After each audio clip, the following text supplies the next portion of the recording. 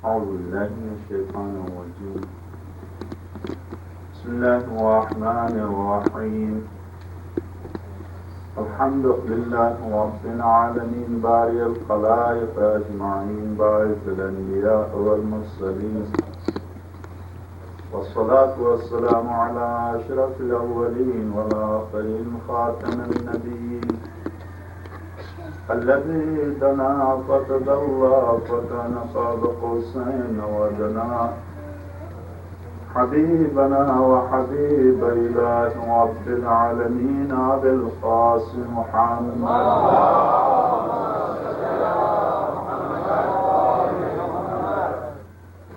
وعلى آله الأطيبين الآخرين الغر الميامين المحجلين الذين أذهب الله عنهم الرجس وطهرهم تطهيرا.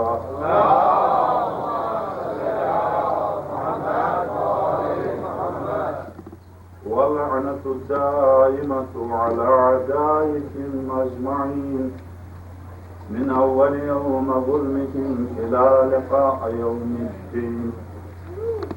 وبعد فقد قال الحكيم في محكم كتابه العظيم ومبرم خطابه الكريم قوله الحق وهو أصدق القائلين.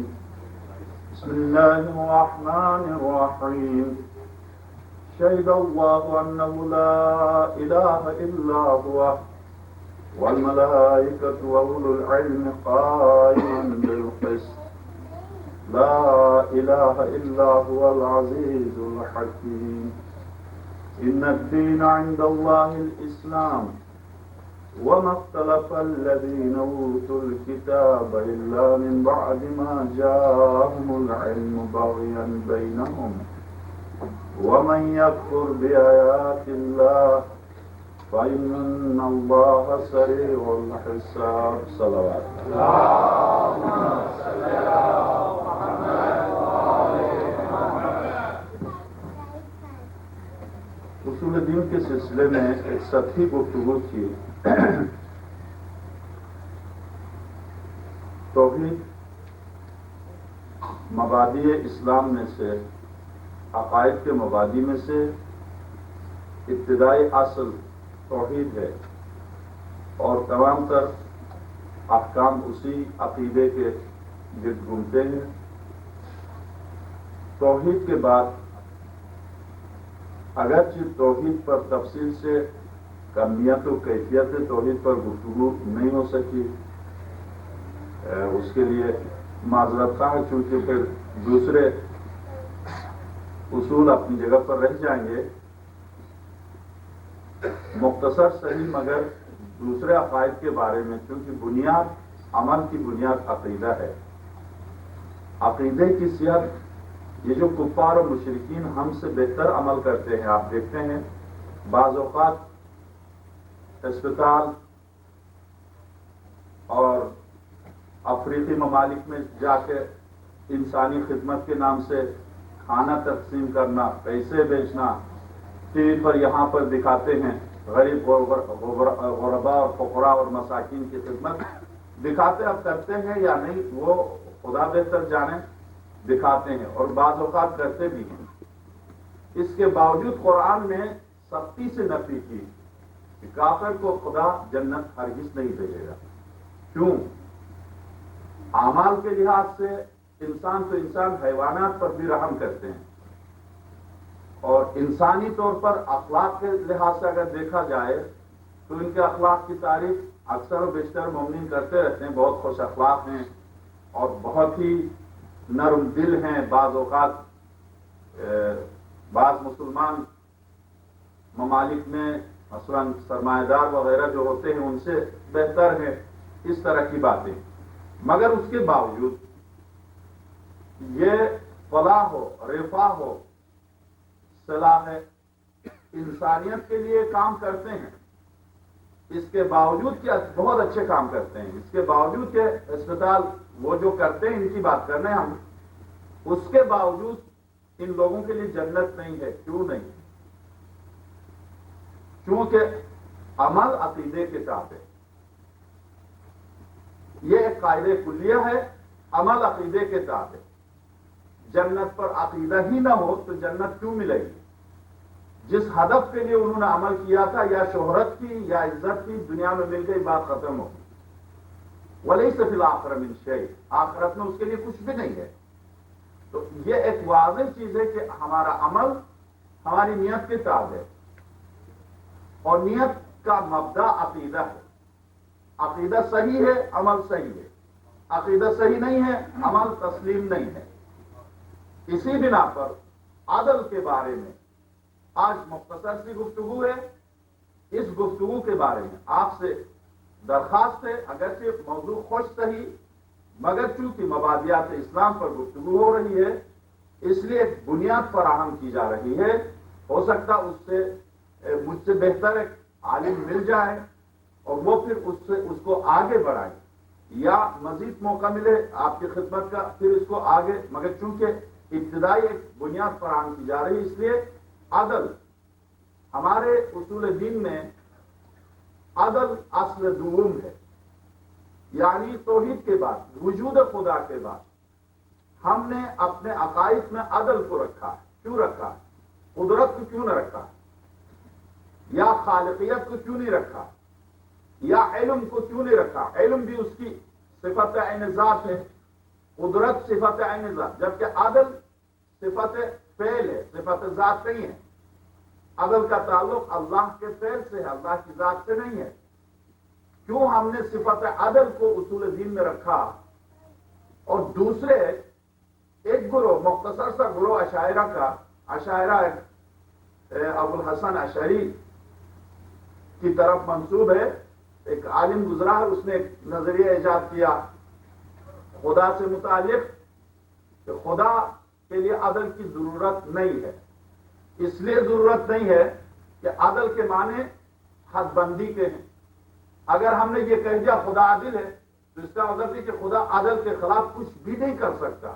یہ نہیں کر سکتا قدرت کی نفی، اس لیے عدل ہم نہیں مانتے، وہ خدا کو عادل نہیں مانتے، اس لیے نہیں مانتے کہ عدل کے معنی قدرت کی حد بندی کی نہیں۔ تو ان کا اشتباہ کس منزل پر ہے، کس مقام پر ہے، کہاں جا کر وہ غلطی کر رہے ہیں، اور ہم نے عدل کو کیوں اصول دین میں رکھا؟ حکیم بھی ہے، اسی طرح سے رازق بھی ہے، دوسرے اوصاف الہی کو ہم نے نہیں رکھا، کیونکہ دوسرے تمام اوصاف، رحمت ہو، رزاقیت ہو، خالقیت، یہ سب عدل کے گرد گھومتے ہیں۔ عدل اگر ہے تو خدا نے اگر کسی کو خلق کیا ہے تو عدل کے تحت رزق بھی دینا اس کی ذمہ داری ہے، لطف و کرم بھی اس کی ذمہ داری ہے۔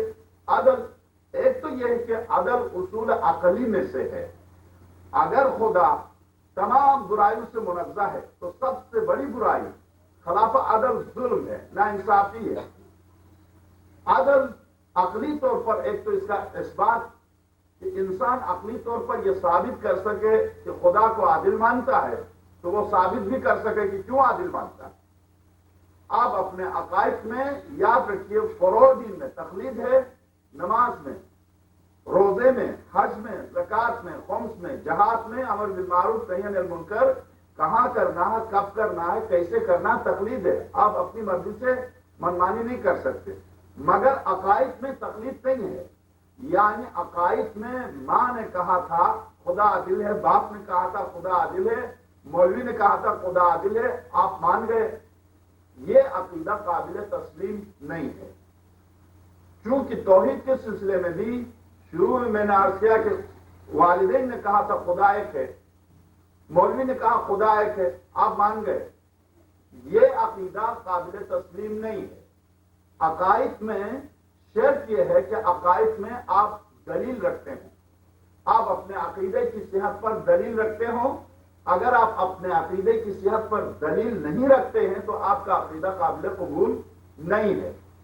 آپ توحید کے بارے میں مختصر سی، جیسا کہ میں نے اس خاتون ضعیف العمر خاتون کی مثال دی، اگر اس کے برابر بھی دلیل رکھتے ہیں تو کافی ہے، مگر چونکہ توحید کو سمجھنے کے لیے دنیا بھر کی یونیورسٹیوں کو گھوم کے اپنی اقتصادی اور اس دنیا کی حد تک ظاہر ہے، یہاں سے اگر میں پی ایچ ڈی کر کے جا رہا ہوں تو کیا جنت لے کے جا رہا ہوں امریکہ سے، یا اگر میں کینیڈا اور فرانس وغیرہ جرمنی اور برطانیہ سے میں پی ایچ ڈی کر کے جا رہا ہوں کسی موضوع پر، تو کیا میں جنت لے کے جا رہا ہوں؟ دنیا کے لیے ایک واضح ہے، دنیا کے لیے ہاں ہو سکتا ہے کہ کوئی میڈیکل میں چلا جائے اور اس میں ماہر ہو، مگر بہت کم دیکھا، بہت کم، آٹے میں نمک سے بھی کم دیکھا ایسے افراد کو جو ان ممالک میں قابلیت و تعلیم حاصل کر کے پھر بھی دین کی خدمت کی ہو، بہت کم دیکھا، نفی نہیں کر سکتے ہیں ایسے افراد۔ ہمدردی انسانیت ان میں پھر بھی پوشیدہ ہے۔ مثلا ڈاکٹر بنتا ہے، اگر وہ ڈاکٹر بن کے ایک انسان کی خدمت کرتا ہے، رات بھر وہ جاگتا ہے اور رات بھر میں بھی جاگتا ہوں، تو یقیناً وہ مجھ سے افضل ہے۔ میں اپنی انفرادی گناہوں کی بخشش کے لیے جاگتا ہوں، زیادہ سے زیادہ دوسروں کے لیے دعا کرتا ہوں، وہ عملاً کسی کے سرانے جاگتا ہے تڑپتی ہوئی انسانیت کو نجات دینے کی خاطر، وہ یقیناً مجھ سے افضل ہے، کیونکہ پیغمبر اکرم نے ارشاد فرمایا خیر الناس من ينفع الناس، کائنات انسانیت میں افضل ترین انسان وہ ہے جو انسانیت کا سب سے زیادہ فائدہ رساں ہوں، سب سے زیادہ دوسروں کو فائدہ پہنچاتا ہوں۔ تو سب سے زیادہ فائدہ اگر ایک شخص پہنچا رہا ہے، یقیناً پیغمبر کے ارشاد کے مطابق خیر الناس من ينفع الناس، یعنی سب سے بہتر انسان جو انسانیت کو فائدہ پہنچائے۔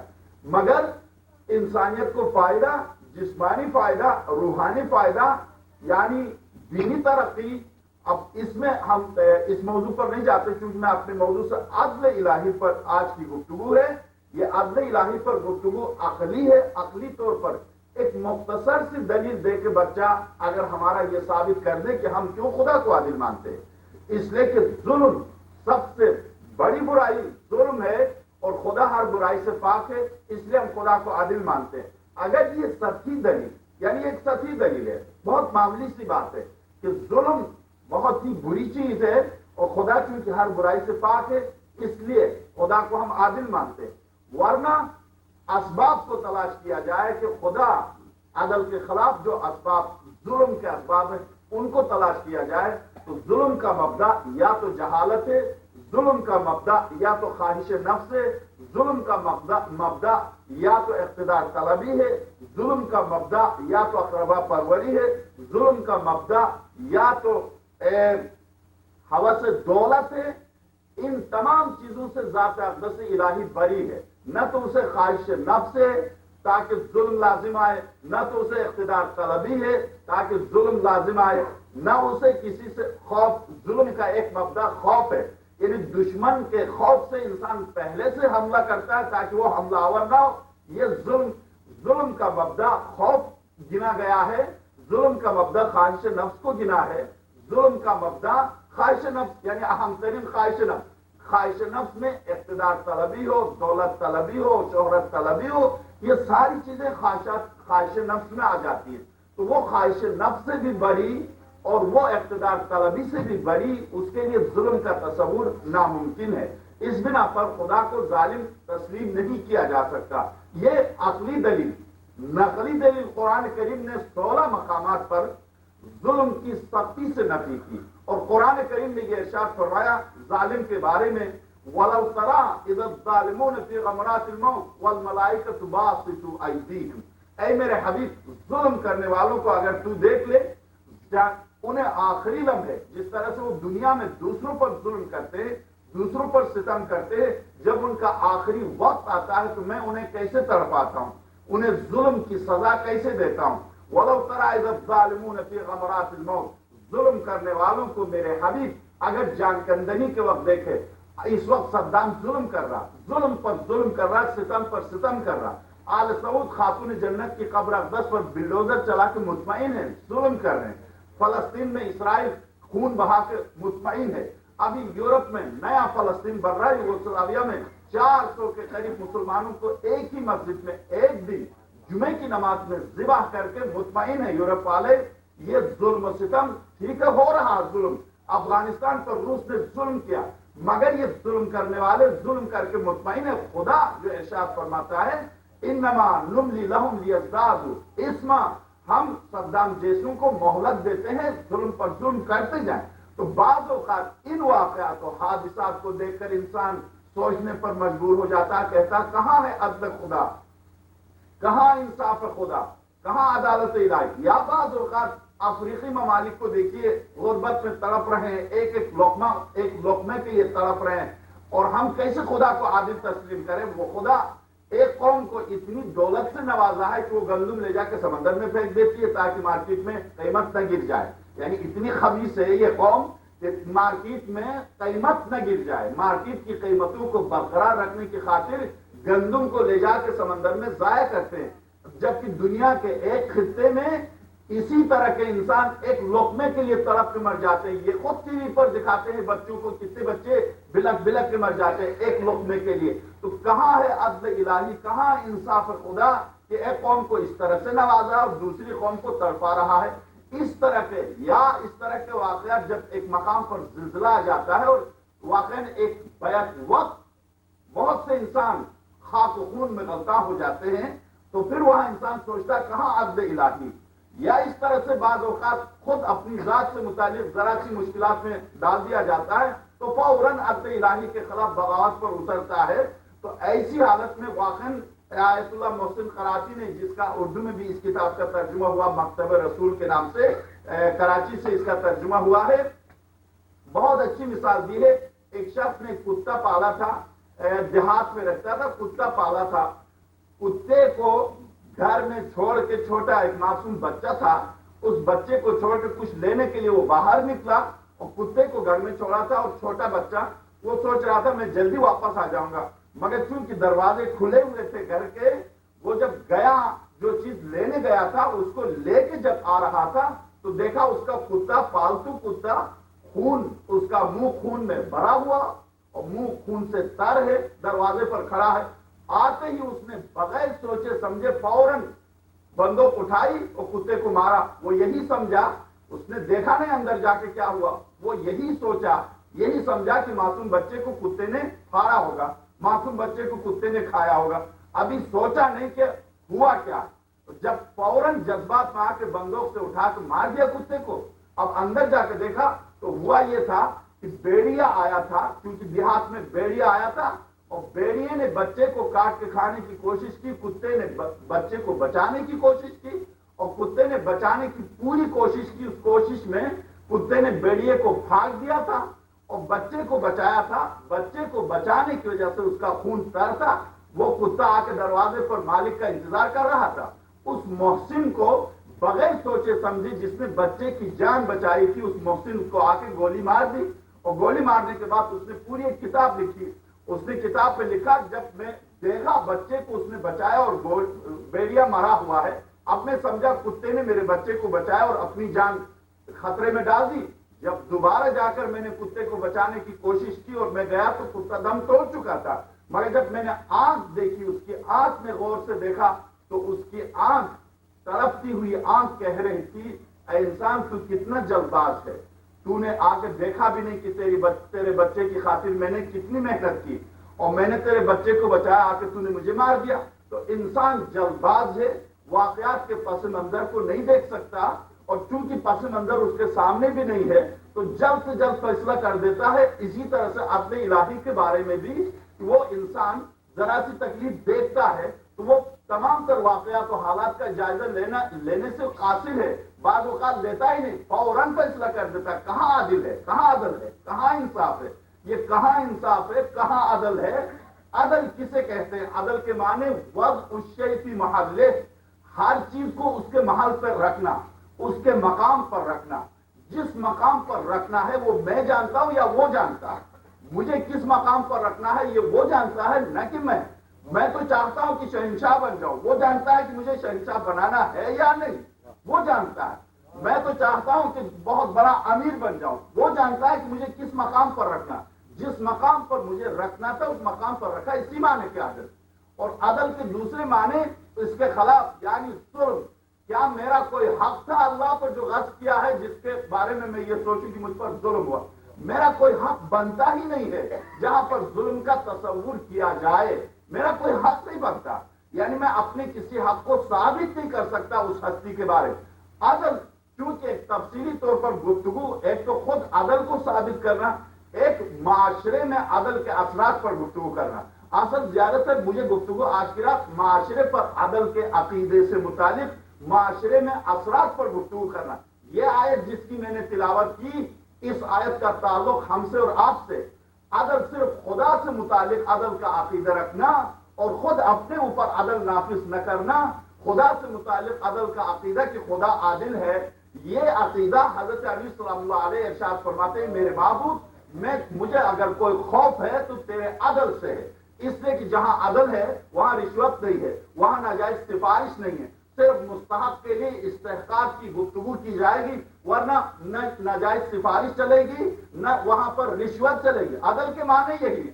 آپ دنیا میں دیکھیے، کہیں اگر آپ جائیں گے، آپ نے ایم اے کیا ہے اور دوسرا ایم اے ہے لیکن وہ آپ سے جونیئر ہے، آپ سینئر ہے، ڈگری دونوں کی ہے، اور پھر بھی اگر سفارش چلے گی تو آپ کہیں گے دیکھا اس کی سفارش چلی، یہ خلاف انصاف ہوا جبکہ میں ان سے سینئر تھا، جبکہ ڈگری دونوں کی برابر ہے، اس کے باوجود آپ کہیں گے یہ ناانصافی ہوئی میرے ساتھ۔ اور اگر خدا نہ خواستہ ہمارے ہاں تو ہمارے ملک کی بات نہیں ہے جہاں پر نان میٹرک بھی گورنر ہو سکتا ہے، اور جس کے بارے میں آپ سب جانتے ہیں، تو اگر ایسا ہو تو سب چیزنے لگتے ہیں کہ نان میٹرک کیونکہ گورنر جو ہوتا ہے وہ چانسلر ہوتا ہے اور جو پی ایچ ڈی ہوتا ہے وہ وائس چانسلر ہوتا ہے، تو اس طرح سے وہاں تو یہ بھی ہو سکتا، مگر چونکہ نظام عدل میں یہ ناممکن ہے، جب نظام عدل میں یہ ناممکن ہے تو آپ کیسے یہ توقع رکھتے ہیں؟ حضرت امیر صلی اللہ علیہ ارشاد فرماتے ہیں میرے معبود مجھے خوف عدل سے ہے، تو جب عدل اگر آپ خدا کو عادل مانتے ہیں تو اپنے اوپر عدل کرتے ہیں، اپنے ساتھ انصاف کرتے ہیں، اپنے بچوں کے ساتھ انصاف کرتے ہیں، اپنی گھر میں اپنے اولاد کے ساتھ انصاف کرتے ہیں۔ دو بچوں کے بارے میں حضرت پیغمبر خدا صلی اللہ علیہ وآلہ وسلم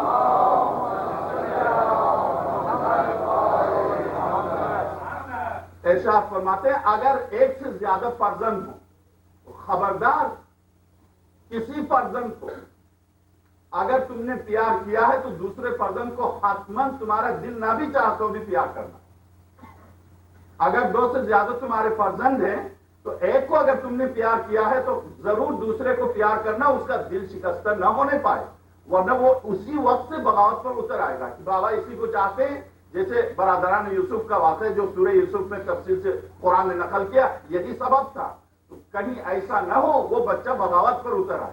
یعنی اسلام نے انصاف کو اس حد تک قائم رکھا کہ پیغمبر اکرم بیٹھتے تھے جہاں تشریف رکھتے تھے اس مقام پر منبر بات میں جب مجمع بڑھتا گیا اور پیغمبر اکرم کی صورت مبارک لوگوں کو نظر نہیں آئی تو لوگوں نے خود تقاضا کیا یا رسول اللہ ہم منبر بنائیں، تو پیغمبر اکرم نے فرمایا ٹھیک ہے، لوگوں کو تاکہ نظر آئے میری گفتگو سب تک پہنچے منبر، ورنہ ابتدا میں دعوت رسالت اور ہجرت تک ابتدائی 2 سال کے ابتدائی ہجرت کے 2 سالوں تک پیغمبر جب بیٹھتے تھے تو گول دائرے میں بیٹھتے تھے تاکہ کسی کو اندازہ نہ ہو کہ پیغمبر اکرم پیغمبر ہونے کی بنا پر کہیں بلندی پر بیٹھے ہیں۔ یعنی اس قدر پیغمبر عدل و انصاف کا خیال رکھتے تھے کہ آنے والا تلاش کرتا تھا پیغمبر کون، یعنی یہ نہیں کہ پیغمبر اکرم کہیں ٹیک لگا کے بیٹھے ہیں تاکہ لوگوں کو پتا چلے، نہیں، گول دائرے، یہ گول میز کانفرنس کیوں ہوتی ہے؟ اس لیے ہوتی ہے کہ کسی کو کسی پر فوقیت نہ ہو، یعنی سب مساوی ہو، سب برابر ہو، کوئی احساس کمتری نہ کرے۔ تو عدل معاشرے میں عدل جہاں پر سخت ترین جرم جو قرآن نے کہا ظلم کو قرار دیا، اور ظلم کے بارے میں یہی کہا جو آیت میں نے تلاوت کی وَلَوْ تَرَىٰ إِذَا الظَّالِمُونَ فِي غَمَرَاتِ الْمَوْتِ، اے میرے حبیب یہ ظلم کرنے والوں کو جان کندنی کے وقت اگر تو دیکھے، اِذَا الظَّالِمُونَ فِي غَمَرَاتِ الْمَوْتِ، جان کندنی میں تڑپتے ہوئے کہ ہم انہیں کیسے تڑپاتے ہیں۔ ہم عدل کے بارے میں یہ سوچتے ہیں کہ چونکہ یہی زندگی سب کچھ ہے اور ہمیں سب کچھ یہی ہونا چاہیے، ایک ہمارا ذہنی خیال یہ ہے، یہ فکر ہے، اس فکر کی بنا پر ہم یہی فیصلہ کرتے ہیں کہ جو کچھ ہو یہیں پر ہو، بس اگر اس کے علاوہ کوئی زندگی ہے، اس کے علاوہ کوئی ہمارا عقیدہ ہے تو پھر یہ سوچنا چاہیے کہ یہ زندگی صرف یہی نہیں ہے، یہاں پر فیصلہ بس یہیں پر ہو، جو کچھ ہو مجھ پر اگر ظلم ہوا ہے تو اس کا بدلہ یہیں پر ملے۔ نہیں، اگر ایک مسلمان کی حیثیت سے میرا عقیدہ یہ ہے کہ یہی زندگی سب کچھ نہیں ہے، یہ تو فانی ہونے والی زندگی ہے، اصل میری زندگی وہاں کی زندگی ہے، تو عدل کے معنی یہی کہ اگر مجھ پر ظلم ہوا ہے، مجھ پر ناانصافی ہوئی ہے، اس ناانصافی کی تلافی ہوگی، ضروری نہیں کہ یہاں ہو، جہاں مجھے ہمیشہ رہنا ہے وہاں ہو سکتی ہے. رہا ان افراد کی بات, ان اقوام کی بات جو میں نے ابتدا میں سوال کیا تھا کہ جو ایک ایک لقمے کے لیے تڑپ رہے ہیں, اور ایک قوم کو خدا نے اس قدر نوازا ہے کہ وہ گندم لے جا کے دریا میں ڈالتی ہے, اور ایک قوم کو اس طرح سے تڑپایا ہے کہ وہ ایک لقمے کے لیے نہ معلوم ایک دن میں سوڈان میں اور کینیا وغیرہ میں, یہ جو افریقی ممالک ہے, ایتھوپیا وغیرہ میں کتنے بچے مر جاتے ہیں تڑپ کے. آخر کیوں ایسا کیا ہے؟ حقیقت یہ ہے کہ بعض اوقات ان افعال کے پیچھے خود انسان کا ہاتھ ہے. خدا اس معاملے میں چونکہ اس نے ایک قانون جاری کیا ہے روئے زمین پر, وہ یہ کہ سبب اور مسبب, اگرچہ سبب اور مسبب کا وہ محتاج نہیں ہے, ماں باپ کے ذریعے ہم پیدا ہوتے جا رہے ہیں, اسی طرح سے اس نے قرآن کریم میں یہ جملہ ارشاد فرمایا کہ وَأَن لَيْسَ لِلْإِنسَانِ إِلَّا مَا سَعَىٰ, ہم نے انسان کے لیے اس کی محنت کا پھل رکھا.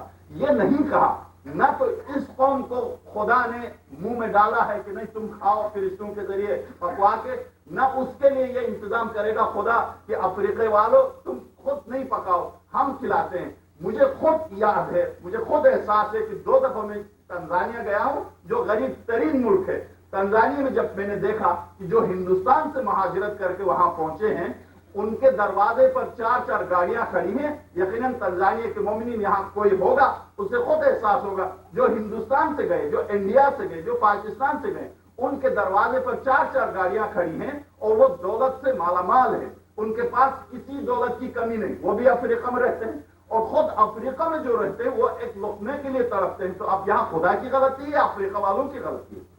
یہ خود سوچیں. آخر اگر وسائل نہیں تھے تو جو باہر سے گئے ان کے پاس کہاں سے آئے؟ اور اگر وسائل ہیں تو افریقہ والے محنت نہیں کرتے. اب اگر محنت نہیں کرتے تو قرآن نے پہلے ہی کہہ دیا وَأَن لَيْسَ لِلْإِنسَانِ إِلَّا مَا سَعَىٰ. یہ تو آپ کے سامنے یہاں بھی ہے. بعض اوقات حق تلفی ہے, یہاں رنگ و نسل کا تعصب ہے, مگر اتنا بھی نہیں ہے کہ بالکل ہی انہیں دھتکارا جائے, انہیں بالکل دروازے بند کر دیے جائے. نہیں, ان کے خود ان کے اندر کاہلی ہے, یعنی محنت کی عادت نہیں ہے. تنزانیہ ایسی سرزمین جہاں پر گندم بوئے, جو فصل بوئے بہت اچھی طرح, مگر منع, کاشتکاری منع, بالکل گندم نہیں بو سکتے حکومت کی طرف سے. کیوں؟ کچھ سمجھ میں نہیں آ رہا. یہ خدا کی طرف سے نہیں ہے.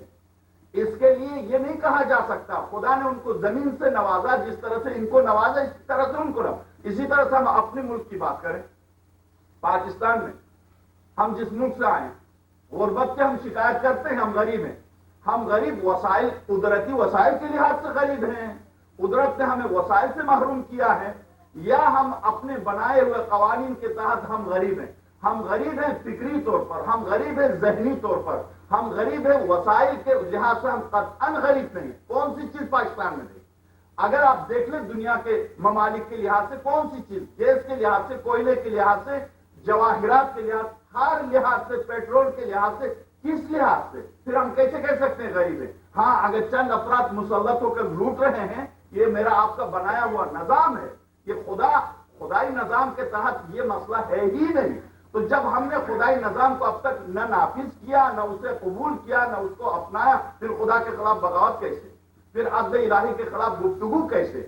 ہم نظام الہی کو اپناتے, عدل الہی میں ہوتے, نظام عدل الہی میں ہوتے, ہمیں حق نہیں ملتا, ہم کہہ سکتے تھے.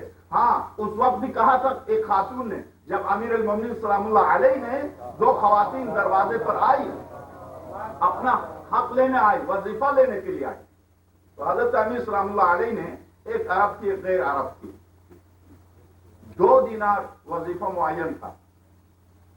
اس عرب خاتون کو بھی 2 دینار دیے اور اس غیر عرب کو بھی 2 دینار دیے. تو غیر عرب خاتون نے غصے میں ہاتھ میں دینار لے کے حضرت امیر کی طرف دیکھا, کہا یا علی یہ کیا کیا آپ نے؟ حضرت نے فرمایا کیوں؟ یہ 2 دینار آپ نے مجھے بھی دیے اور 2 دینار اس عجمیہ کو بھی دیے. حضرت نے فوراً مٹی اٹھائی, ہاتھ میں مٹی اٹھا کے فرمایا اس میں سے ذرا عجمی اور عربی کو الگ الگ کر کے مجھے بتاؤ. وہ خاتون پریشان ہو گئی, کہا میں اس میں مجھے عربی عجمی, تو کہا پھر کیسے؟ اسی مٹی سے ہم سب پیدا ہیں, یہ کیا مطلب ہے؟ مجھے تو کوئی فوقیت نظر نہیں آئی عرب میں. حضرت امیر نے فرمایا مجھے تو کوئی فوقیت نظر نہیں آئی عرب میں. یہ تم نے کیسے کہا؟ میں اور عجمی، اس عجمی سے تم میں کیا خوبی ہے مجھے بتا دو. یہ مٹی کے ذرات ہیں، دکھا دو، عرب الگ کرو عجم الگ کر دو. یہ یقیناً یعنی یہ عدل الہی کے خلاف بعض اوقات آ جائے انسان جذبات، مگر نہیں. جہاں نظام عدل قائم ہو وہاں نہ بھائی کو دیکھا جاتا ہے نہ وہاں اقربا کو دیکھا جاتا ہے، کیونکہ نظام عدل کے ساتھ ہم نے زندگی نہیں کی. یہ تو شکر ہے ہم تو اسلام کو صرف سنتے تھے، صرف بولتے تھے، صرف کہتے تھے، کتابوں میں پڑھتے تھے کہ اسلام ہے اور اسلام میں ایک نظام ہے، اس میں اقتصادی نظام ہے، سیاسی نظام ہے، تعلیمی نظام ہے، عدالتی نظام ہے، سارا نظام صرف سنتے تھے، پڑھتے تھے.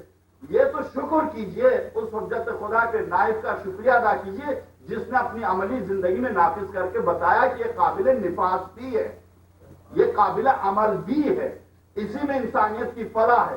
کہاں گیا کارل مارکس کا بنایا ہوا نظام؟ کہاں گیا لینن اور ماؤ نے جو انسانی خون بہا کے برپا کیا تھا وہ کہاں گیا نظام؟ ختم نہیں ہوا. بقول امام خمینی کا اب اس کو دنیا کے میوزیم میں جا کے دیکھا جائے تو وہ اس وقت کہا تھا امام خمینی نے جس وقت یہ نظام درہم و برہم نہیں ہوا تھا، یہ رشیا ٹوٹا نہیں تھا، اس وقت کہا تھا جب خط لکھا تھا گورباچیف کے نام پر، اسلام کی طرف اسے دعوت دی تھی کہ تم جا رہے ہو مغرب کی طرف، تم جا رہے ہو مغرب کی طرف، بجائے مغرب کی طرف جانے کے بھیجو تم اپنے فلسفی کو، تم بھیجو ہم پڑھا کے بھیجیں گے، بہترین نظام ہم تمہیں دیں گے، تم ہمارے پاس بھیج دو قبل اس کے کہ تم مغرب کی طرف جاؤ، ہم تمہیں نظام عدل دیں گے. یہ ایک دن حضرت حجت کے پردے غیب کے سلسلے میں اگر گفتگو ہوگی تو آپ کی خدمت میں عرض کریں گے کہ ان کے بارے میں جو پیشن گوئی ہے، جو روایات خطبے میں حضرت امیر سلام اللہ علیہ نے ان کے بارے میں جو ارشاد فرمایا، یورپ کے بارے میں جو ارشاد فرمایا، تمام ممالک کے نام لے کے جو ارشاد فرمایا، اگر اس پر کبھی گفتگو ہوگی تو میں عرض کروں گا کہ یہ کس منزل تک پہنچیں گے، کس وقت جا کے یہ پلٹیں گے. ہر قوم ایک منزل تک پہنچنے کے بعد وہ پلٹ جائے گی، اور پلٹ جائے گی تو کہاں جائے گی؟ ایک نظام کی تلاش میں ہوگی جو عادلانہ نظام ہو، ایک نظام کی تلاش میں ہوگی جہاں حقوق کے تحفظ کی ضمانت دی گئی ہو، ایک نظام کی تلاش میں ہوگی جہاں رنگ و نسل کے امتیاز کو مٹایا جا چکا ہو، اور وہ نظام سوائے اسلام کے انہیں کبھی نظر نہیں آ سکتا. اس بنا پر یہ اسلام کی طرف ایک نہ ایک دن ان کو پلٹنا ہی ہے. اسلام وہ ہے جس نے قوم و قبیلے کو، جس نے خاندانوں کو، جس نے کسی قسم کی برتری کو تسلیم نہیں کیا، اور اگر کسی برتری کو تسلیم کیا تو وہ صرف کردار کو تسلیم کیا. اس لیے اسلام کی طرف نظام عدل کے بارے میں بس یہی عرض کروں کہ انسان خدا کو عادل مانے اور خود اگر انصاف نہ کرے. باب نکاح میں ارشاد ہوا کہ تم 2 نکاح کر سکتے ہو، 3 نکاح کر سکتے ہو، 4 کر سکتے ہو. اس کے فوراً بعد ارشاد ہوا وَإِنْ خِفْتُمْ أَنْ لَا تَعْدِلُوا، اگر تمہیں ذرا سا بھی خوف ہو کہ عدل نہیں کر پاؤ گے فَوَاحِدَةٌ، بس ایک سے زیادہ. جہاں فَإِنْ خِفْتُمْ ابھی کیا نہیں، پہلے سے اگر ذہن میں خوف پیدا ہو کہ تم انصاف نہیں کر پاؤ گے فَوَاحِدَةٌ، بس یعنی ایک سے زیادہ پھر حرام، جائز نہیں. اگر عدل نہ کر سکو تو جائز نہیں، حرام. تو عدل بنیاد ہے، دین کی بنیاد عدل ہے. عدل اس لیے بھی ہم نے اصول دین میں عدل کو رکھا کہ ابلیس نہ تو وہ رزاقیت سے منکر تھا، نہ وہ خالقیت سے منکر تھا، نہ وہ معبودیت سے منکر تھا. عبادت اس نے کی، خالق اس نے تسلیم کیا، رازق اس نے تسلیم کیا، معبود اس نے تسلیم کیا. اگر اس نے تسلیم نہیں کیا تو صرف عدل کو تسلیم نہیں کیا. اس نے عدل کو تسلیم نہیں کیا جس کی بنا پر اتنی سنگین ترین سزا ملی اسے کہ اس کی تمام عبادتوں کو رد کر دیا گیا، اور اس نے صرف عدل الہی کو، کیونکہ قرآن کہتا ہے جب ابلیس سے سوال کیا گیا ما منعک اللہ تسجد اذ امرتک، اے ابلیس جب میں نے حکم دیا تھا آدم کے سامنے سجدے کا کس چیز نے تجھے روکا؟ تو ابلیس نے جواب دیا خلقتنی من نار وخلقتہ من طین، تو نے مجھے آگ سے پیدا کیا اور اسے مٹی سے پیدا کیا، اور آگ مٹی پر افضلیت رکھتی ہے، تو نے افضل کو غیر افضل کے سامنے جھکنے کا حکم دیا، اور یہ حکم غیر عدل ہے، عدل پر مبنی نہیں، میں نہیں کرتا. تو اس کا انکار صاف طور سے عدل سے تھا، کیونکہ اصول عقلی سے اس نے انکار کیا کیونکہ عدل الہی سے اس نے انکار کیا، اس بنا پر خدا نے اسے اس کی تمام عبادتوں کو رد کر دیا اور ہمیشہ ہمیشہ کے لیے اسے سزا دی۔ تو عدل الہی بنیاد ہے، اوصاف خداوندی میں بنیاد ہے، البتہ اوصاف خداوندی میں بنیاد ہے، یقیناً اب اس صفت کو ہم تسلیم کرتے ہیں، مگر تسلیم کرنے کے بعد ہم اپنے گھر میں اپنی ذات پر نافذ کرتے ہیں یا نہیں۔ چند روایتیں، اس کے بعد میری گفتگو ختم۔ عدل کے بارے میں جیسا کہ میں نے نکاح کی آیت پڑھ کے سنا دیا آپ کو، اسی طرح سے پیغمبر اکرم کا ارشاد اولاد کے بارے میں، سرور کائنات کا ارشاد بیوی کے بارے میں کہ اس کے حقوق کی پامالی اور بیوی شوہر کے بارے میں، کیونکہ ایک تفصیلی نظام، پورا اسلام کا نظام اسی عدل کے تحت، اسی عدل کے تابع ہے، اسی کے تحت گھومتا، پورا اسلام عدل کے تحت گھومتا۔ اس بنا پر بہت مختصر طور پر عدل پر گفتگو ہو رہی ہے۔ عدل، اگر کوئی شخص عادل نہیں ہے، اسلام میں اس کی گواہی قابل قبول نہیں ہے، یہ بات طے ہے۔ یعنی اسلام میں شرط ہے کسی کی گواہی کو قبول کرنے کے لیے، پہلی شرط ہے کہ وہ عادل ہو، پیش نماز شرط ہے کہ وہ عادل ہو، گفتگو کرنے والا شرط چاند، اگر کسی نے چاند دیکھا، مومن ہے، نمازیں پڑھتا، روزے رکھتا، مگر فرض کر لیجیے اس نے داڑھی نہیں رکھی، عادل نہیں کہا جائے، عادل نہیں ہے۔ تمام فقہا کی توضیح آپ اٹھا کے دیکھیں، عادل نہیں سمجھا جائے۔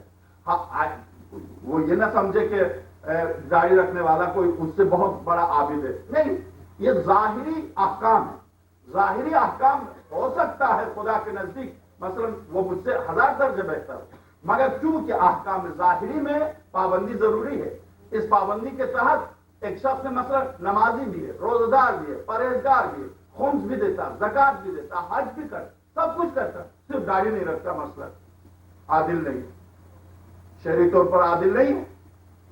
اور فرض کر لیجئے داڑھی رکھیے، مگر مجھے نہیں پتا نماز پڑھتا ہے یا نہیں، مجھے نہیں پتا روزے رکھتا ہے یا نہیں، کیونکہ ان عبادات کا تعلق خدا سے، خدا بہتر جانتا، اس کو عادل تسلیم کیا۔ اس لیے عادل تسلیم کیا کہ اس نے ظاہر پر جب عمل کیا ہے تو یقیناً باطن پر بھی عمل کرتا ہوگا۔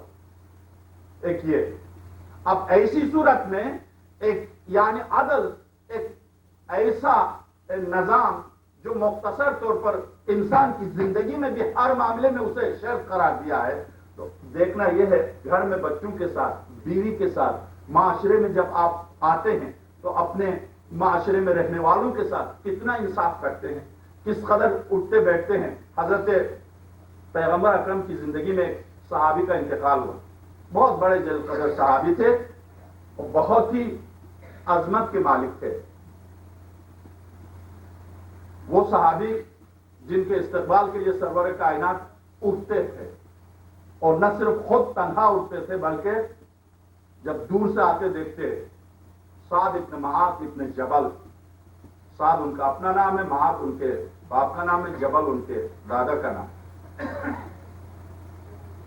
دور سے آتے، انصار میں سے تھے، دور سے آتے تو سرور کائنات فرماتے تھے سعد آ رہے ہیں، استقبال کے لیے اٹھتے تھے۔ اتنے عبادت گزار، اتنے اسلام کے بنیادی خادموں میں سے خدمت گزار کہ پیغمبر اکرم جن کے استقبال کے لیے اٹھتے ہو، انتقال ہوا، پیغمبر نے نماز جنازہ پڑھائی، سرور کائنات نے اپنا دوش رسالت دیا، جنازے کو تھاما، چلے پہنچے قبرستان۔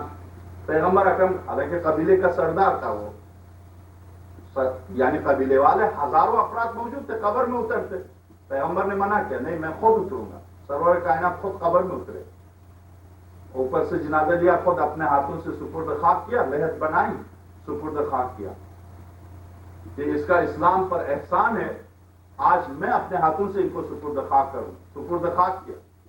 سرور کائنات نکلے قبر سے، اور دیر تک حضرت امیر صلی اللہ علیہ ارشاد فرماتے، دیر تک پیغمبر نے دعا کی، اے معبود تو رحمت نازل کر، یہ اسلام کے خادموں میں سے، اسلام کے بنیاد مستحکم کرنے والوں میں سے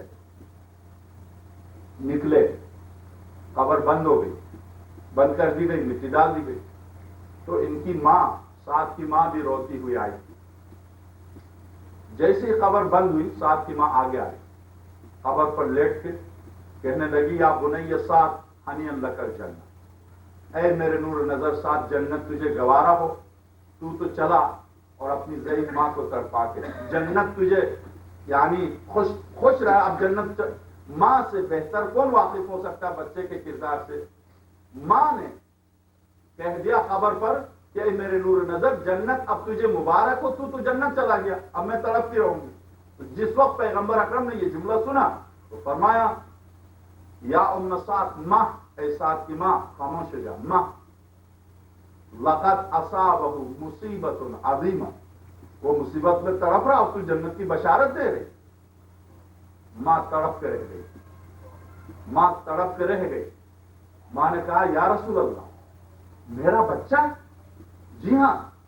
اب توجہ دیجیے اس واقعے پہ، اس واقعے کو نائب مجلسی نے نقل کیا رحمت اللہ علیہ، علامہ سید عبداللہ شبر نے نقل، اب کیونکہ ان کو گنتا جاؤں گا تو خامخواہ وقت ضائع ہو جائے، یعنی 6 علماء نے 6 کتابوں میں اس کو مستند ترین کتابوں میں نقل کیا اس واقعے کو۔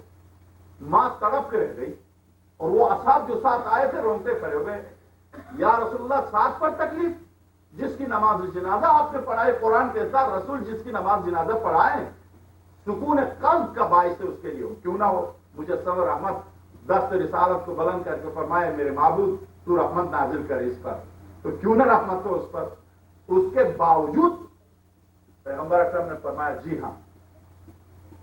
کیوں؟ ان کے ذمہ نماز تھی؟ پیغمبر فرماتے نہیں، یہ وہ صحابی ہے اسلام قبول کرنے سے آج قبر اترنے تک شب نماز ترک نہ کی۔ شب نماز، نماز فرض تو دور کی بات، یا رسول اللہ روزے بھی نہیں، اس کے ذمہ نہ روزہ ہے، نہ نماز ہے، نہ زکات ہے، نہ حج ہے، نہ جہاد ہے۔ اور جہاد میں 3 دفعہ اپنے گھر کو صاف کر کے لا کے پیغمبر کی خدمت میں پیش کیا۔ جب مکے سے مہاجر آئے تھے تو اپنا گھر 3 تقسیم کر کے 2 حصے مہاجرین کو دیا تھا، ایک حصے میں خود رہ رہے تھے۔ یا رسول اللہ پھر بھی تکلیف کہاں؟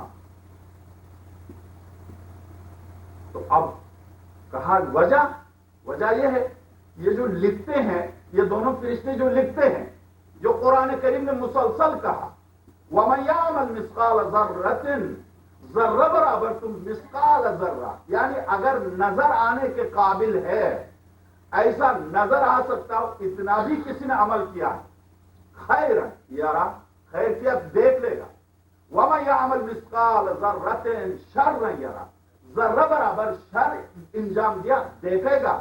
تو کیا خدا سے زیادہ سچ بولنے والا کوئی ہے؟ کیا خدا نے قرآن میں جھوٹ بولا ہے؟ تو کیسے دیکھے گا؟ اس وقت اس کے پورے اعمال سامنے کر دیے گئے، نماز پور ہے، روزہ پور ہے، حج کیا ہے، اس بارے میں ان سے سوال کر کے وقت ضائع کرنا ہی نہیں ہے۔ پہلا سوال ان سے ہوا اخلاق کے بارے میں، اخلاق کے بارے میں سوال ہوا۔ گھر میں بیوی سے ناانصافی کرتے ہیں، اس ناانصافی کا سوال ہوا ہے اور تڑپ کر رہ گیا ہے، جبکہ سارا نام عمل ٹھیک ہے سوائے اسے کمل کے۔ اب عدل کا تقاضا یہی، اسی لیے امام پنجو فرماتے دیکھو قبر کے لیے، عالم برزخ کے لیے، عالم برزخ کے لیے اپنا انتظام کرو، تم آخرت میں پہنچ جاؤ ہمارے پاس ہمیں فکر نہیں کرو۔ عالم برزخ کا انتظام کر لو، اس لیے کہ کہیں تو حساب لیا جائے گا، کہیں تو پوچھ گچھ ہوگی، یا یہ سمجھ بیٹھے نہیں کچھ نہیں، غلط فہمی ہے۔ پیغمبر اکرم کی زندگی میں پوری کتابیں لکھی گئی ہیں، سرور کائنات کی زندگی میں حضرت فاطمہ بنت اسد جیسی ہستی جس کی گود میں نبوت و رسالت و امامت نے تربیت پائی اور جس کی اولاد قیامت تک دین الہی کے محافظ ہے، جس کی اولاد، جس کی نسل نے مٹ کے دین کو قائم رکھا ہے، اس ہستی کو سپرد خاک کر کے ان سے سوال و جواب ہوا ہے پیغمبر کی موجودگی میں، تو ہم آپ بچ سکتے ہیں؟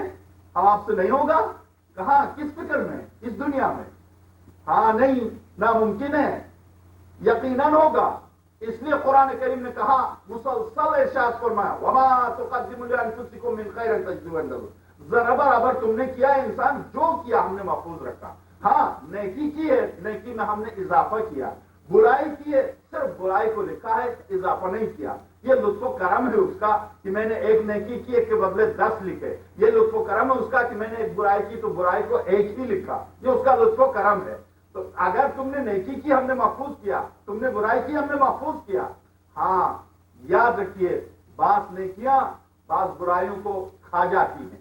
توبہ اسی لیے ہے، توبہ ہے اسی لیے. بعض نیکیاں بعض برائیوں کو کھا جاتی، اسی طرح سے بعض برائیاں نیکیوں کو کھا جاتی. پیغمبر اکرم نے ارشاد فرمایا، ایک صحابی نے کہا سبحان اللہ والحمد للہ ولا الہ الا اللہ واللہ اکبر. تو پیغمبر اکرم نے فرمایا تو نے جنت میں 4 درخت لگائے. سبحان، چونکہ تسبیحات اربع 4 تسبیح پڑھی، ایک تسبیح پڑھنا ایک درخت لگانا. تو وہ بہت خوش ہوا اور بہت خوش ہو کر کہا یا رسول اللہ اگر ایسا ہے تو میرا تو بہت بڑا باغ ہوگا. پیغمبر نے فرمایا کیا مطلب ہے؟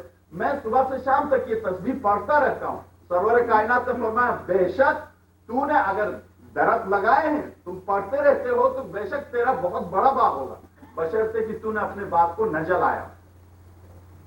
اسی لیے کہتے ہیں عمل سے زندگی بنتی ہے جنت بھی جہنم بھی. عمل سے زندگی بنتی ہے جنت بھی جہنم بھی. یہ خاکی اپنی فطرت میں نہ نوری ہے نہ ناری. عمل سے زندگی بنتی ہے. یہاں بھی زندگی بنتی ہے، یعنی یہاں بھی جنت بھی اور جہنم بھی. یہ عمل ہے، عمل کا رد عمل ہونا ہے. کیسے ہم دوسروں کے ایک مختصر سے عمل کو فوراً رد عمل ظاہر کرتے ہیں، یہ فلاں نے یہ کیا، اور میں خود اپنے بارے میں بہت بڑے جرائم کر کے بھی مطمئن ہو جاتا ہوں کہ نہیں میں نے تو کچھ بھی نہیں کیا. خلاصہ عدل الہی، تمام تر نظام اسلام انسان کی زندگی عدل الہی کے تحت گھومتی ہے. عدل پر اعتقاد رکھنا کافی نہیں ہے. اعتقاد رکھنا اعتقاد کی منزل پر کافی ہے. عملی منزل پر اگر میں نے انصاف نہیں کیا، عالم کی حیثیت سے رعایا پر انصاف نہ کرنا، عادل کی حیثیت سے یعنی ایک حاکم کی حیثیت سے رعایا پر انصاف نہ کرنا، ایک باپ کی حیثیت سے بچوں پر انصاف نہ کرنا، ایک محلے دار کی حیثیت سے محلے والوں پر، ایک مومن کی حیثیت سے مومنین کے ساتھ، ایک بڑے بزرگ کی حیثیت سے اپنے سے چھوٹوں کے ساتھ، یہ ہر مرحلے میں انصاف، ہر منزل پر انصاف، ہر مقام پر.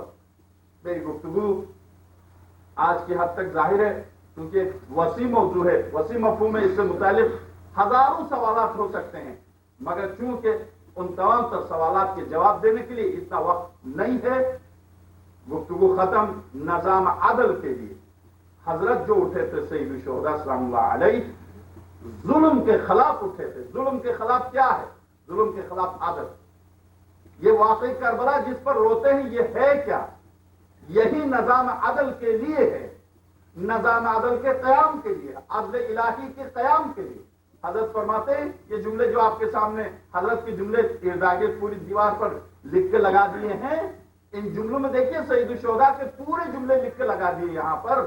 یہ آپ پڑھتے جائیے، فارسی میں اور عربی میں جو لکھے ہوئے ہیں ان پر لکھا ہے. حضرت فرماتے ہیں خرجت لاصلاح امت جدی، میں اپنی نانا کی امت کی اصلاح کے لیے نکلا ہوں. میں نانا کی، جس وقت حضرت سید الشہداء سلام اللہ علیہ نے مکے میں 1000 افراد کو جمع کر کے خطبہ دیا، حضرت امام حسن سلام اللہ علیہ کی شہادت کے بعد سن 52 ہجری میں جب دیکھا عراق میں، شام میں، ہر جگہ دعائے قنوت میں حضرت امیر سلام اللہ علیہ کو گالیاں دی جا رہی، قرآن کو یکسر بدل دیا جا رہا، قرآن کے مفہوم کو بدلا جا رہا، اسلام کی بنیادوں کو ہلایا جا رہا، اسلام کے نام پر غیر اسلامی نظام آ رہا. تو حضرت سید الشہداء نے 1000 افراد کو جمع کیا، مکے میں خطبہ دیا. اس خطبے میں ان سے ارشاد فرمایا کیا اسلام رہ چکا؟ کہا فرزند رسول نہیں. کیا قرآن اپنی جگہ پر محفوظ ہے؟ کہا نہیں. کیا قرآن کی آیات میں تحریف نہیں ہو رہی؟ کہا ہو رہی ہے. تو کیا ہماری ذمہ داری خاموشی ہے؟ کہا نہیں، ہمارا کوئی امام نہیں ہے، آپ اگر ہماری قیادت کریں تو ہم آپ کے ساتھ ہیں. حضرت نے فرمایا واقعاً تم ساتھ ہو، اس رب کعبہ کی قسم کھا کے میرے ہاتھ پر بیعت کر لو اور تم چلو میرے ساتھ، سر ہتھیلی پر رکھ کے ہم نکلتے ہیں گھروں سے اور اسلام کو پھر سے زندہ کرتے ہیں.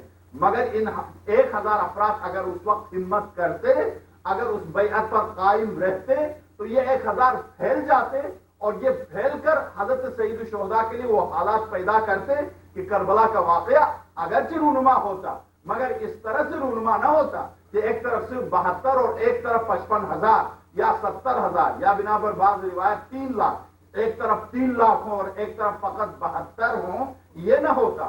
کم سے کم حضرت سید الشہداء کی طرف بھی ہوتے کچھ، مگر چونکہ ساتھ دینے والوں نے ساتھ نہ دیا اور پیغمبر اکرم کے فرزند پیغمبر نے اپنی ذمہ داری کو نبھاتے ہوئے فرمایا نہیں، عدل الہی کو روئے زمین سے مٹتے ہوئے میں نہیں دیکھ سکتا، جس کی بقا کی خاطر میرے نانا نے اپنی پوری زندگی دی، جس کی بقا کی خاطر میری ماں اپنا پہلو شکستہ دنیا سے گئی، اور جس کی بقا کی خاطر بابا شہید ہوئے، نہیں میں اسے مٹنے نہیں دوں گا. اسی لیے سید الشہداء سلام اللہ علیہ اپنے معصوم بچوں کے ساتھ نکلے تھے، انسانیت کی نجات کے خاطر، انسانیت کی فلاح کی خاطر. انسانیت کی نجات کس میں ہے؟ نظام عدل میں. یعنی ہم جب کہتے ہیں امت کی نجات کے لیے، تو امت کی نجات سے مقصود کیا ہے، مراد کیا ہے؟ 2 نجات. نجات کے 2 تصور، ایک تصور دنیا میں، دوسرا تصور آخرت میں. آخرت میں شفاعت کے ذریعے نجات دینا، اور دنیا میں زندگی میں عدل الہی کے نفاذ کے ذریعے نجات دینا. یعنی عدل جہاں نافذ، ہم دعا مانگتے ہیں حضرت حجت کی حکومت قائم ہو. کیوں دعا مانگتے ہیں؟ جہاں حضرت حجت کی حکومت قائم ہوگی وہاں ناانصافی نہیں ہوگی، دولت کی ناہمواری نہیں ہوگی، ہر شخص کو اس کا حق ملے گا. اب چونکہ مساوات اور عدل میں کیا فرق ہے، کہاں جا کر دونوں ملتے ہیں اور کہاں جا کر دونوں جدا ہو جاتے ہیں، یہ گفتگو بات میں. آج 4 محرم ہے، 4 محرم کی شب ہے. آپ حضرات سے معذرت چاہوں گا، میں چند جملے فارسی میں بھی مقدمے کے طور پر عرض کروں تاکہ بعد میں مسائل اگر میں پڑھ لوں تو مسائل فارسی میں بھی میں پڑھ سکوں. خیلی معذرت میخوام آیین فارسی زبان ها و که من موضوع امشب عدل الهی بود. حالا دیگر تفصیلا معذورم که تفصیلا عرض کنم خدمت شما، خیلی طول میکشد، ولی مختصر این که در عقاید، در عقاید یکی از عقاید مبانی ما عدل الهی بعد از توحید. بعد از توحید دیگر عدل حتما دیگر یکی از اوصاف خدا، اوصاف افعال خدا، صفت فعل خدا عدل. چرا ما عدل را از اصول می شماریم؟ علما می فرمایند برای اینکه اوصاف دیگر زیر این عدل، گرد این عدل، اگر عدل هست رحمان هم هست و رحیم هم هست و غفور هم هست و لطیف هم هست، و اگر عدل نباشد دیگر هیچ صفتی به درد انسان نمیخورد. خالق هست اما خدا نخواست، مثلا عدل نیست، یعنی انصاف نیست. وقت اگر انصاف نباشد ظالم دیگر هیچ وقت اگر ظالم باشد به من انصاف نکند وجود من نه برای من فایده ندارد. من اصلا زندگیم سکون نیست، زندگی از زندگی خودم مطمئن نمیشم که اگر در تحت ظلم باشم هر وقت بر من ستم و ظلم و جور باشه دیگر زندگی من فایده ندارد.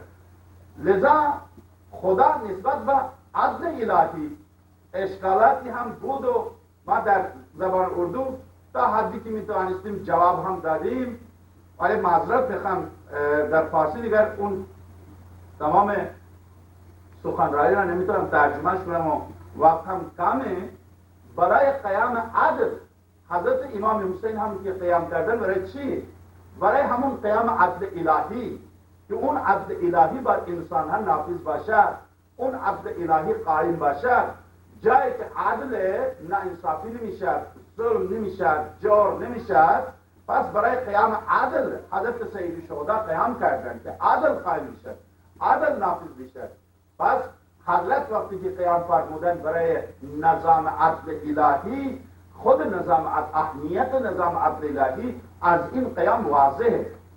این همین شبها هست که فرزند پیغمبر برای نجات دادن انسانیت، برای قیام عدل الهی و برای تحفظ حقوق انسانیت قیام کردن.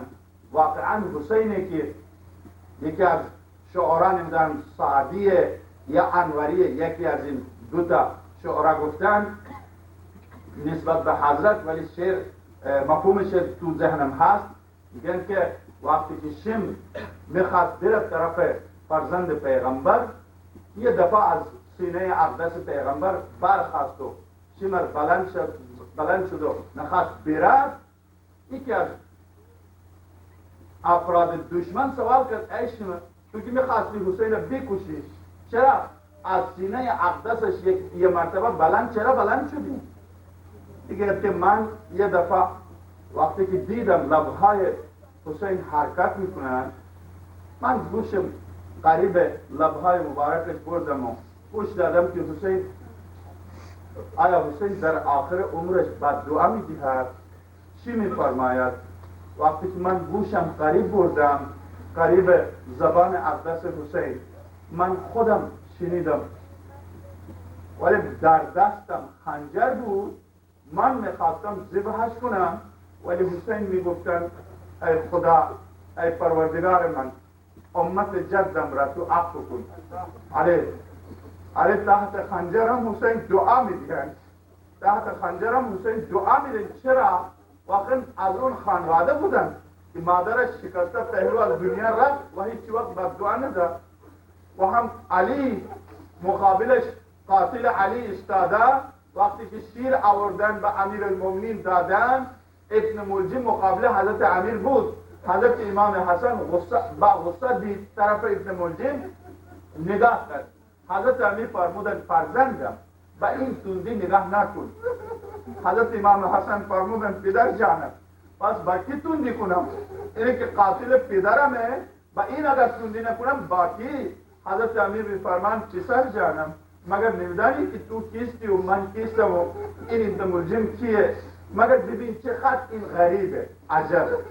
حضرت علی میفرمان ببین چه خط غریبه چه خط خوفه حراسه نه نور نظرم نکن تندی نکن. وقتی که برای خوردن خدمت امیر المؤمنین شیر آوردن تقدیم کردن خدمت حضرت امیر سلام الله علیه شیر حضرت امیر یه مقدار شیر را خوردن بعدا یه مقدار دیگر به حضرت امام حسن دادن و فرمودن با این ابن ملجم بده. عجبه اون قاتلی که بر سر اقدس جسارت کرده و شیر خودش یه مقدار خودش میخورن و مقدار دیگر به اون قاتل میدهند ولی سید شهدا هم همین طوره. پس عرض میشد همین شبها بود که خاتون جنت زهرای مرضیه مادر حسین هم نه این که مادر حسین در مدینه است. حضرت شیخ عباس قمی نوشتن در منتهى الامال در این روزها در این شبها خود زهرای مرضیه هم در کربلا از پس خیمه ها گریه صدای زهرا بلند میشه ولی صدای زهرا بلند میشه چطور حسین برد کربلا و زهرا بماند مدینه نمیشه. پیغمبر هم در مدینه نیستن و زهرا هم در مدینه نیستن علی هم که در نجف نیستن همه می آمدن در کربلا هستن. همه این شبهاست که همه گریه دارن گریه میکنن. خیلی معذرت میخوام یہی راتیں ہیں گریہ و بکا کی راتیں. انہی راتوں میں خاتون جنت کی صدا بھی بلند ہو رہی ہے رونے کی پیغمبر اکرم کی صدا بھی بلند ہو رہی ہے رونے کی. یہی رونے کی راتیں ہیں. بس شیخ عباس قمی نے لکھا ہے منتہی الاعمال میں کہ چونکہ ہمارے بنیادی عقائد میں سے اگرچہ عاشور کی شب کے واقعات میں دیا ہے ہمارے بنیادی عقائد میں سے ہے امام کی تجہیز و تکفین امام ہی کرتا ہے غیر امام نہیں کرتا. حضرت سید الصادقین سلام اللہ علیہ نہیں کر سکتے تھے پھر سید الشہداء کی خدمت میں کون پہنچا؟ تو وہاں پر جواب یہ دیا ہے شیخ عباس قمی نے کہ ہم نہیں سمجھتے ہم غور نہیں کرتے کہ حضرت امام حسین کی خدمت میں نئے کی کوئی نہیں تھا بلکہ پیغمبر خدا خود پہنچے تھے امیر المومنین خود پہنچے تھے زہرا مرضیہ خود پہنچی تھی. واقعاً اگر زہرا پہنچی تھی اور جس وقت حسین زمین پر آئے ہو اور زہرا سامنے ہو اور زہرا نے حسین کو زمین پر آتے ہوئے دیکھا ہو تو زہرا مرضیہ نے کیا کہا ہوگا اور کیا سوچا ہوگا؟ میں نے صرف ایک جملہ عرض کیا تھا وہ جملہ فارسی میں یہ تھا جو اردو میں ترجمہ کر کے عرض کرتا ہوں. شمر ایک مرتبہ سینے اقدس سے ہٹا تھا تو سوال کرنے والے نے سوال کیا شمر کیوں ہٹا؟ تو شمر کہتا ہے میں ایک مرتبہ فرزند رسول کی اس گلوئے نازنین پر خنجر چلانا ہی چاہتا تھا مگر میں نے دیکھا حسین کے لب ہل رہے ہیں تو میں نے سوچا میں سنوں تو صحیح حسین کہتے کیا ہے. میں نے جب اپنا کان حسین کی زبان کے قریب کیا تو میں نے اپنے اس کان سے سنا. میں ڈر رہا تھا کہیں فرزند رسول بد دعا تو نہیں دے رہے ہیں.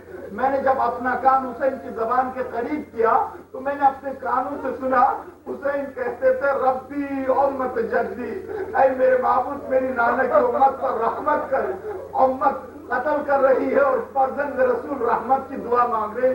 خلاصہ یہی راتیں گریہ و بکا کی راتیں اس لیے کہ علی کی بیٹی زہرا کی بیٹیاں تڑپ رہی ہیں. معصوم بچے پرسوں سے یعنی 2 دن کے بعد سے زہرا مرضیہ کے معصوم بچوں پر پانی بند ہے. 2 دن کے بعد آج چونکہ چوتھی شب ہے اور 2 دن کے بعد معصوم بچوں پر پانی بند ہو جائے گا. تو بس مومنین، جس مقام پر حضرت سید الشہداء نے اپنے بچوں کو، آپ کو اور آپ کے بچوں کو یاد کیا اور یہ فرمایا شیعتی مہما شریف تم، اے میرے شیعو جب بھی ٹھنڈے پانی کا ایک گھونٹ پی لو تو میرے معصوم بچوں کو یاد کرنا، میرے معصوم بچوں کی پیاس کو یاد کرنا. عجیب بات ہے کسی اور منزل پر فرزند رسول نے شیعوں کو یاد نہیں کیا مگر بچوں کی پیاس کو خاص طور سے ذکر کیا. شیعتی مہما شریف تم اجمعین فاذکرونی. اگر کسی غریب یا کسی مسکین کو دیکھو تو میرے بچوں کی غربت کو یاد کرنا. واقعا سید الشہداء فرزند رسول چند جملے، کیونکہ مصائب کی شبیں ہیں اور اگر ان راتوں میں بھی مصائب نہ ہو تو پھر کب.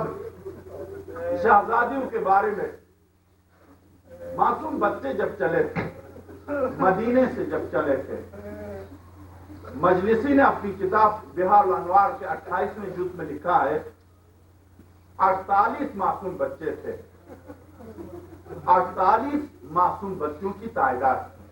حضرت مسلم داخل کے بچے تھے، حضرت عبداللہ ابن جعفر کے، اور حضرت امام حسین سلام اللہ علیہ کے، حضرت عباس کے، اور حضرت امام زین العابدین کے. حضرت امام باقر کربلا میں 5 سال کے تھے. حضرت امام زین العابدین کے بچے تھے. 48 معصوم بچے تھے. 48 معصوم بچے. واقعاً جس وقت پانی بند ہوا ہے اور کربلا کی وہ شدت گرمی اور جس وقت معصوم بچوں نے صدائے العطش بلند کی تو علامہ مرزا نے نفائس الاخبار میں لکھا ہے ایک صحابی کو زہیر لکھا، دوسرے راویوں نے وہاں پر حبیب لکھا ہے. خلاصہ میں چونکہ تشخیص نہیں دے سکتا زہیر تھے یا حبیب، 2 روایتیں ہیں. زہیر اکثر راویوں نے لکھا زہیر تھے. زہیر ابن قین گزرے، گریا اس بکا کی صدا بلند ہو رہی ہے. کیا ہوا؟ خاندان رسالت میں کیا؟ جب گزرے تو دیکھا شہزادی معصوم بچوں کو تسلی دے رہی ہے اور شہزادی فرماتی ہے بیٹے اب پانی آئے گا، پانی آنے والا. ہاں، خاتون جنت نے حسنین کو تسلی دی تھی کہ لباس آئے گا جنت سے، تو آیا تھا. زہرا کی بیٹی ہے، فرما رہی ہے پانی آ جائے گا، صبر کر لو. بچے تڑپ رہے ہیں اور بچے آ کے بلک کے رو رہے ہیں. زہیر سے یہ دیکھا نہ گیا. زہیر واپس گیا، جا کے اصحاب سے کہے اصحاب تمہارے اور ہمارے ہاتھ موجود ہوں، ہم زندہ ہوں اور زہرا کے معصوم بچے قطرے پانی کے لیے تڑپتے ہوں، آ جاؤ نکلتے ہیں، جا کے پانی لے آتے ہیں. یہ کہہ کے زہیر نے اصحاب کو آواز دی. اصحاب جب باہر نکلے تو حبیب کو آواز دی. حبیب آئے. حضرت مسلم نوسجا 90 سال کے پرانے اس عمر کے آدمی، 80 اور 90 کے درمیان ان کی عمر تھی، کمر باندھ کے نکلے کہ مسلم نوسجا زندہ رہے اور زہرا کے بچے پانی کے لیے تڑپے. نکلے باہر اور جب نکلے سید الشہداء کی خدمت میں پہنچے. فرزند رسول ہم اس طرح سے برداشت نہیں کر سکتے، آپ ہمیں اجازت دیجیے. حضرت سید الشہداء نے فرمایا زہیر سے، زہیر صرف 25 اصحاب کے ساتھ تم چلے جاؤ اور پانی کا سوال کرنا، بلکہ تم بھی نہ جاؤ، تم بھی ساتھ چلے جاؤ. عباس باب الحوائج کو بلا کے فرمایا عباس چلے جاؤ پانی کے لیے. دیکھو یہ کیا کہتے ہیں. رات کا وقت تھا. باب الحوائج 26 اصحاب کے ساتھ جب گئے ہیں پانی لینے کے لیے اور جب پانی ایک دفعہ لے کر آئے واپس، جنگ ہوئی. اس جنگ میں حضرت سید الشہداء کی طرف سے کوئی صحابی شہید نہیں ہوا اور بسلامتی پانی جب لے کے آئے ہیں تو لکھتے ہیں علامہ مرزا نفائس الاخبار میں پانی تو پہنچ گیا، مگر چونکہ دن بھر کے معصوم بچے پیاسے تھے، جیسے ہی پانی خیمے کے دروازے پر پہنچا اور جب بچوں کو پتا چلا کہ دروازے پر، خیمے کے دروازے پر پانی پہنچ چکا ہے، اور جب مشکیزہ دروازے پر رکھا اور خاندان رسالت کو پتا چلا معصوم بچوں کو، بچے تڑپ کے جا کے مشکیزے کے اوپر گر پڑے، اور جب مشکیزے کے اوپر گرے ہیں تو جو معصوم بچے جن کے ہیں یہ احساس وہی کر سکتے ہیں، یہ نقطہ جب بچے مشکیزے کے اوپر گرے ہیں تو علامہ مرزا نے لکھا ہے معصوم بچے اپنی زبان کو نکال کے مشکیزے سے لگاتے تھے، مشکیزے کا پانی بہہ گیا مگر کوئی بچہ پی نہیں سکا، اصحاب تڑپ کے رہ گئے، اور پھر دوبارہ جب بچوں کی صدائیں بلند ہوئی تو شہزادی نے ہاتھ بلند کیے، پروردگار تو تو حیوانات پر بھی رحم کرتا ہے، میرے معبود تو پیاسوں پر رحم کرتا ہے۔ تو اس منزل پر لکھا ہے ایک مرتبہ زمین جوش میں آئی، میں تو کہتا ہوں دریائے فرات اولاد زہرا تیرے لیے تڑپتا رہے، تڑپتی رہے اور تو بہتا رہے، عجب ہے تیرے لیے۔ انا للہ و انا الیہ راجعون، سیعلم الذین ظلموا آل محمد ای منقلب ینقلبون۔ ماتم حسین